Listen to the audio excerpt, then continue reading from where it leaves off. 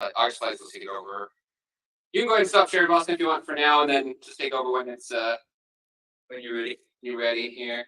Okay. So that we get full screen in person here of the main slides. There you go. Great. All right, we'll go ahead and get started.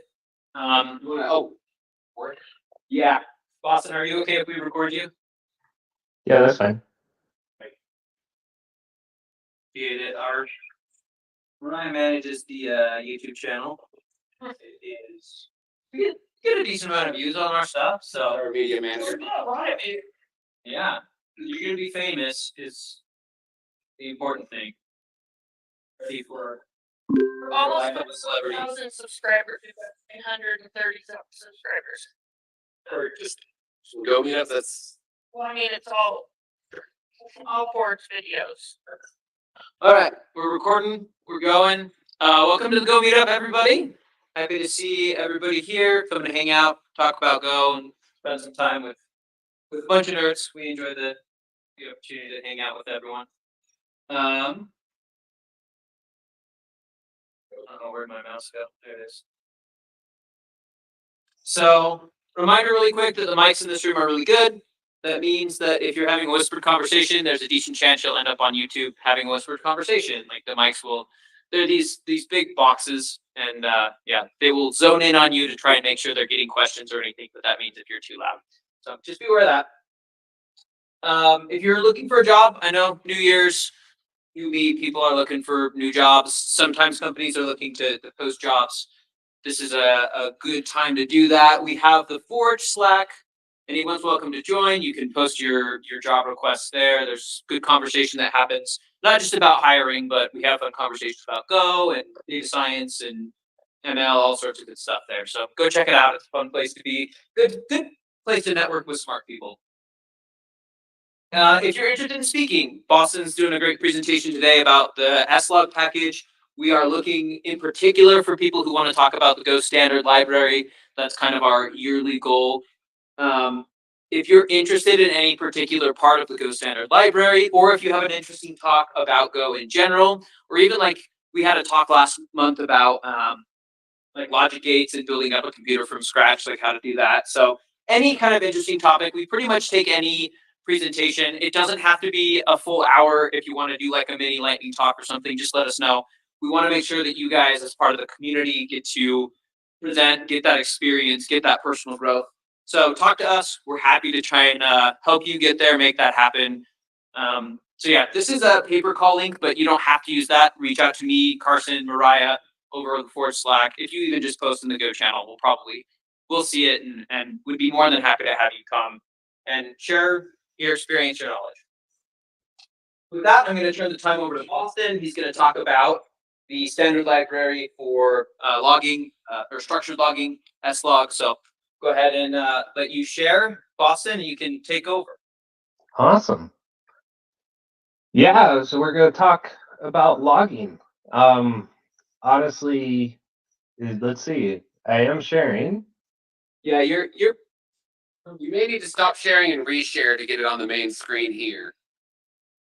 Okay. How about that? Yeah, great. Thank you. There you go. Awesome. Well, I honestly, logging is something. It's cool, but it's not going to be the most riveting talk in the world. If you wanted a really exciting talk, then you should have signed up. But Carson was begging for speakers last Thursday or Friday, and I said, "Yeah, logging's cool. Let's talk about logging." So yeah, sign up to give a talk. It'll be really, really cool. So, a little bit about me. I'm based in St. George, Utah. So I'm doing remote because it's too much to drive, and I heard there's some snow up there. So I'm an engineering manager here at Vasion. My team specifically works on business critical printing solutions, and before that, I spent a few years at IBM. And so it's a little bit about me. I love Go. Go is my jam. I can touch other languages sometimes, but I really prefer Go. So sweet. Well, since Go 1, the standard library has actually had a log package, but it's been like super basic and super simple. So it's not structured. It's hard to add stuff. It's hard to extend, and it's difficult to format. So really, there's a few more methods than this, but they're really just derivatives off of this. You can either print something, you can fatal, which it'll print it and it'll call os.exit1, and then there you can panic, which will print it and then panic. So there's not much that you can do with it. It just kind of gives you the possibility of doing some work, but nothing. But it's better than nothing. So that's kind of where slog comes into play. But with only that being introduced, there was so many loggers created over the years. So we have this page, and this page of a bunch of them, and this page of more, and this page of more, and this page of more logging, and this one of logging. And I would have never guessed that people really wanted to log their own way, but they all wanted to log so that we had so many of these pages. Some of the most common ones like zero log or zap or logress. What are some loggers that y'all have used in there? I can see the backs of you. I can't see the fronts of you, but if you raise your hand, I can like point to the back of you or something. All of those. Yeah, we've written our own, because why not have one more? So you're Kubernetes using has your a own? bespoke What logger else? as well. The client Go SDK, like Kubernetes ecosystem in Go, has their own logging mechanism. So I've Awesome. used that. Oh, I see your faces now. Wonderful. I always get excited when I see Todd. So what did you like about your loggers, and what made you need to create your own that the others weren't good enough for you? That's a question for whoever wrote it when I just inherited it here. That, I think mostly it's- W log, that's like probably Old enough before. 2016, 2015, so it's almost 10 years old. Yeah, well, I think a lot of the intent, I think it's what you're going to hit on here, which is there was no structured data. There was no standard way to like pass a context, and like sometimes our contexts have certain IDs and things in them that we want to extract and include in the logs, and there's just no standardized way to do that otherwise. There's no way to like put middlewares into a logging stack to say, hey, every time they log, start doing this new thing, or maybe send it to a different place than you used to, or two places. So that was, I think, a lot of stuff trying to be solved here with the logging tag. And levels of verbosity. I mean, very basic. The default logger doesn't really support much as far of granularity of logger. You print or you don't. There's not log levels. Yeah, levels is huge. Structured is another one. I think a big one, like you said as well, context is one that was definitely lacking. Are there any other things that people saw in their loggers that they reached out for a third-party logger because of it? This isn't specific to Go, but we did write our own in a different language that I won't mention here because competition. We needed to have different log levels go to standard error or standard out. We didn't even know about that sort of like output channel thing, and so we wrote our own. And Like That's routing, awesome. right? Is what they call it. it depends on what ecosystem you're in. It's not an industry standard term. Okay. It's just a made up by context term. So yes. Yeah. I know that's what I would call it. Like yeah, stream of logs coming in, you want to sometimes send them to different places. Mm-hmm. Yeah, I think that's huge. And then on top of that, sending them to whatever solution you use for viewing logs, like Datadog or Sentry or whatever the other tools are to view them. So yeah, I think like it's kind of shocking that we didn't have it in Go 1, but also it makes a lot of sense for Go. This is how Go has done everything. We've seen the same pattern with modules and other things where they let the community create thousands of ways to solve it, and then they decide the best one. So common features between these, kind of what we've talked about: structured logging, leveled logging, contextual logging. Performance is a big one. Zero allocation is important for people in their applications. flexibility, integrations, which is what I was just talking about, extensibility and configuration. So the default logging doesn't give you any of this at all. It just gives you the basic stuff, which is fine, but it's time for something better. So that brings to be slog, which is off of the log package. And I hope that I don't really have to highlight it, but you take the S from structured and the log from login, you get slog.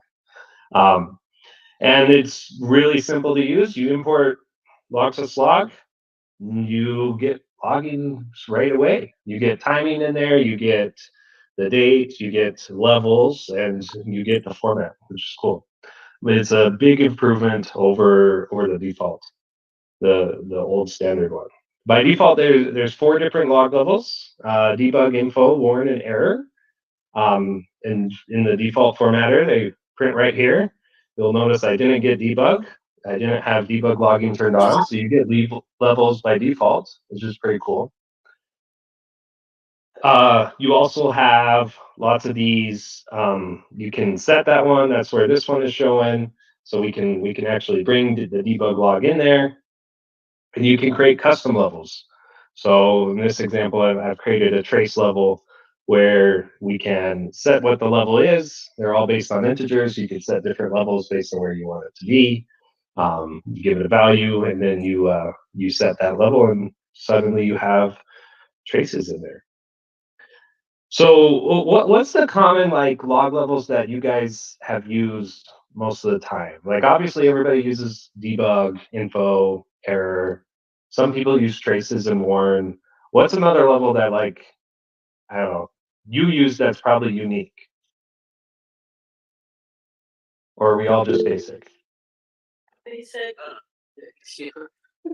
Verbose. Yeah, verbose. I've had applications use garbage. Garbage. I haven't written them. I've just used like I think Python, one of the really popular Python loggers, Verbose is just like likes to use garbage as a term. Debugs. That's interesting. Someone put in the chat of local, as if they're like doing local development type of logs. That's cool. Yeah, I guess you could put anything. I'm interested in what garbage logs are. Sounds not very useful, but that's cool. Be the same thing as verbose, everything and everything, anything and everything. Yeah, when I use them, that's what they're for. It's like incredibly unnecessarily detailed logs for debugging really tricky problems. Yeah, exactly. So, I mean, the biggest things we see just right out the gate, right? We get these levels, the levels communicated in here. We get the formatting, we get just the time, the level, and then the message. It's immediately better over what was there before. Then, as we talked about earlier, adding context is as easy as adding the items with a key and a value in pairs to the end of the log call. If you want to be even better performance, you can say what type it is, and then it doesn't have to do the work to find out, which is slightly more performance. But you print them like that, and suddenly you have the name is the big tree, and it's 100 years old. There is a tree actually in the world called Big Tree. I've been to it. It's pretty cool. It's in Africa. It is quite large, but the other thing you could do is you can define how values look in that way that you can redact or take out information or log it in different ways. So in this example, we have a user, has an ID, a name, a title, and a password. But we probably don't ever want to log the password if we log the user for whatever reason. So we can implement this interface that has this function of log value, and then you just say what you want to be printed out of it. So here we've got Derek as our user, and his password is Hunter2. We try to log it, and we get no password. We just get his title, his name, and his ID.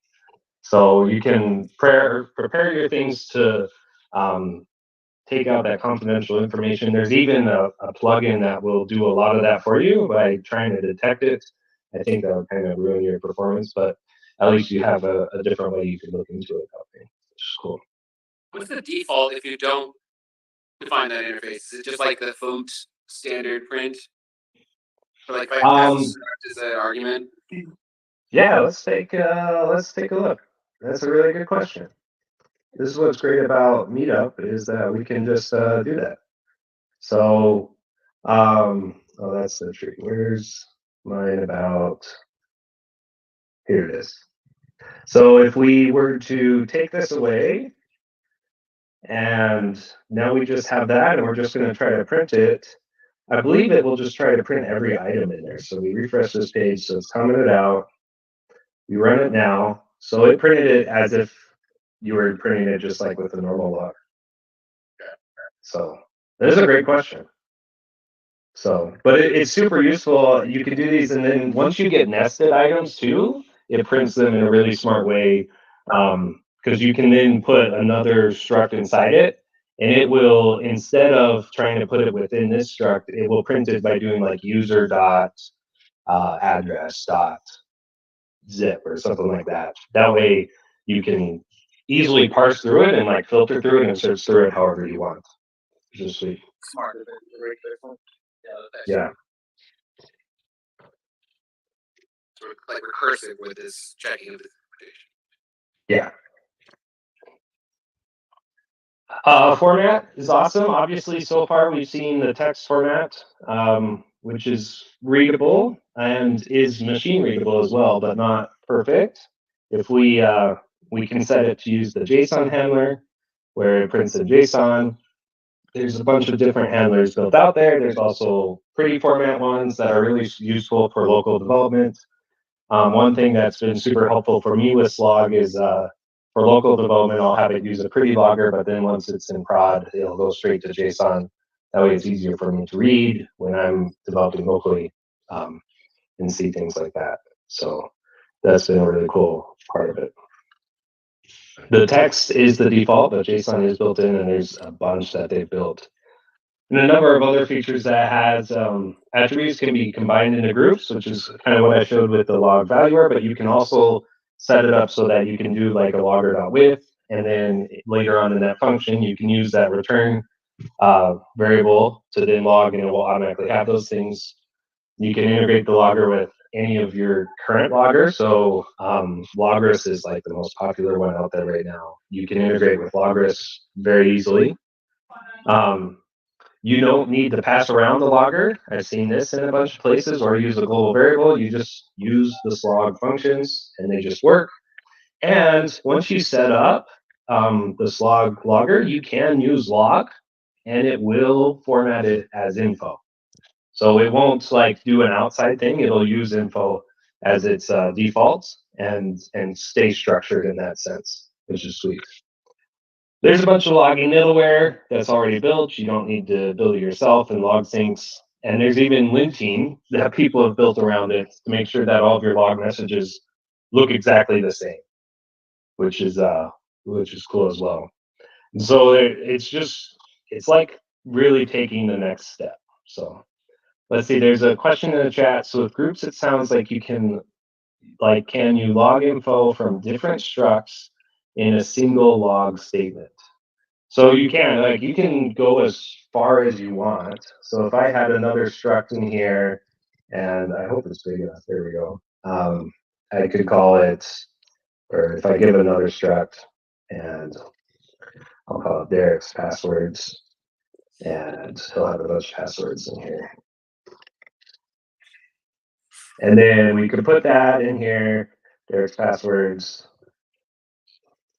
And then what we could do is do slog.any. So when it's a struct, you can just use slog.any, and we'll do passwords, and we can do u.Derek's passwords. And then when you log that out, it'll call by default just whatever the normal logging of that is, but then we could also implement it here. And Copilot is so helpful to me.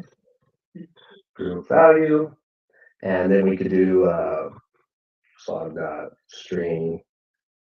I guess we would do any because it's a slice of string, but and then it will print that out in the fancy way as well. So. Well, you could do cool things here like hash it, right? You could. Oh yeah, for sure. Right, so you could take passwords and send them through a one-way hash, so you could even log those in a way that you could check that it changed without having the value. Like there's that hook is really useful. You could go even more intense and like you could fill it with stars for the length of the password. Then your devs can try to determine what people's passwords are by their length. Right. Hashing's probably smarter, but you could do a bunch of cool stuff there. Yeah.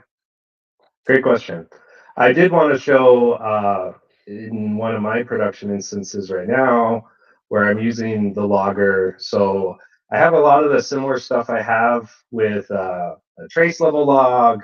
I set up a program level. I'm using a plugin called Logmill that automatically does, or Lumberjack, I should say, but it creates a log mill that automatically does log rotations. So this client runs on customers' machines, and we don't want to just fill their storage with logs. They don't like that. So we say, hey, we're going to have 10 megabytes of each log file, and then we'll have 10 backups, and then it'll rotate itself over time. I've created a little function to set the level. If it's trace, then I also tell it to add the source. So this option exists in most log formatters to put the file with the line number of where the log is so that you can see that there. It does cost some performance, but you can put it in there. And so for local development, it's super helpful. I'm doing some things here to figure out where I'm going to log, but I create my writer. My writer is the log mill. I have a replace attribute. This makes it so I can handle my trace. I could also put a lot of other custom things like I could detect, for example, what Carson was saying, if it was a different source or a special like password, I could make sure I hash it in there. I create my options, which I pass in that replace attribute in the program level. I create my handler by default. We use a text handler. If my version is dev, then what I do is I write to the file, but I also want to write to standard out. By default, we don't write to standard out with our logging, but in this case, I will. Then I use a tint handler that makes it pretty. It adds colors and things for when I'm in development. And then I just set the default logger, and I'm good to go. And it's easy peasy in that sense, which is sweet. I do some things with the standard error, but it was super easy to set this up and then have a ton more flexibility to just get up and running with more log levels. And it's been super helpful as we've pushed this out to customers and it's running on their machines. Troubleshooting services that you don't run yourself in the cloud is a pain. It's a huge pain.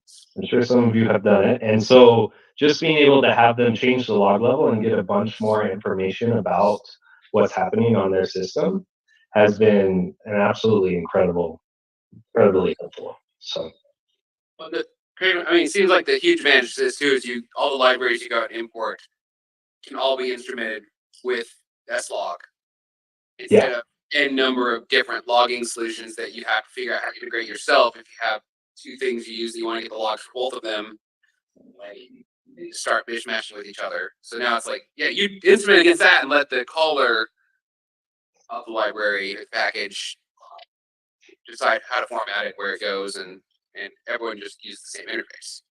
Yeah, that's an amazing thing where because it's in the standard library, there is a standard interface for everyone to implement on how it's going to look like. And then it will just work with any formatter that comes out as well. So JSON or text or whatever other formatter you want to use, which is incredible. The other thing, right, another benefit, which is kind of an annoying benefit, but because it's in the standard library, you don't have to go through any legal battles of your open source libraries you use or whatever the rules are at your organization. So you could just get up and running with it. Maybe that's why you ended up writing your own at Weave. I don't know. So that's a good question. Yeah. You had a question? No, so that's still a good question. I don't know. I'd have to ask those. Okay. Why they made the calls they make, and they'd probably just shrug and say, I don't know. I don't remember. Yeah, that's how it is. So there is this page I wanted to share. Let me see if I can find it.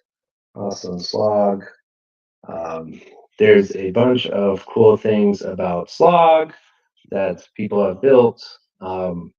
There's all these different formattings you can use. I was showing tint. There's much more. You could redact sensitive data.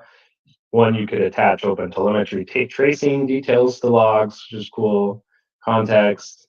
There's a bunch of these. You could push your messages to Slack or Microsoft Teams. Your logs can push straight to there. I would be afraid to do that personally, but that sounds like cool if you could do it. Kafka, you could adapt to all these things. Like all these things are built in. There's a bunch of blog posts about that they've already made about slog. I've kind of talked about some of the things that are mentioned in here, but you're welcome to go and read those. And then they also have a wiki page of a bunch of things for this as well. So some cool things to look into, but it's definitely like we've seen great success with using it. So that's the bulk of my talk. If you don't want to hear about logging again next month, then sign up to give a talk. We'd love to hear from other items in the standard library. But thanks for giving me this opportunity, Carson. So it was cool.